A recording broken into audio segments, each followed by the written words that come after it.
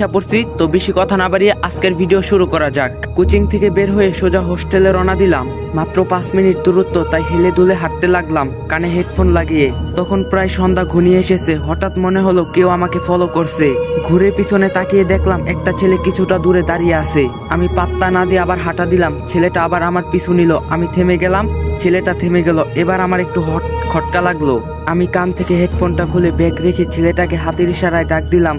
সাথে সাথে সে আমার দিকে এগিয়ে আসতে লাগলো। ছেলেটা আসুক এর মাঝে আমি আমার পরিচয় দিয়ে দেই। আমি রিশফা, ইন্টার ফার্স্ট ইয়ারের ছাত্রী। মা মারা যাওয়ার পর বাবা আবার বিয়ে করে। সৎ মায়ের অত্যাচারে বাসা ছাড়তে বাধ্য হই। এখন হোস্টেল থেকে পড়াশোনা চালিয়ে যাচ্ছি। বাবা মাঝে মাঝে এসে খোঁজ খবর নিয়ে যায়, টাকা দিয়ে যায়। জীবন নিয়ে আমার কোনো অভিযোগ নেই। আমি চাইলেও নিজের ভাগ্য পরিবর্তন করতে পারবো না। তাই যা হবে তা মেনে নিয়ে সামনে এগিয়ে যাওয়াই বুদ্ধি তার পরিচয়। ছেলেটা আসলো আমার কাছে। আমি জিজ্ঞাসা করলাম, কি সমস্যা, আপনি কি আমাকে ফলো করছেন? ছেলেটা আমতা আমতা করে জবাব দিল, না মানে অনেকদিন ধরে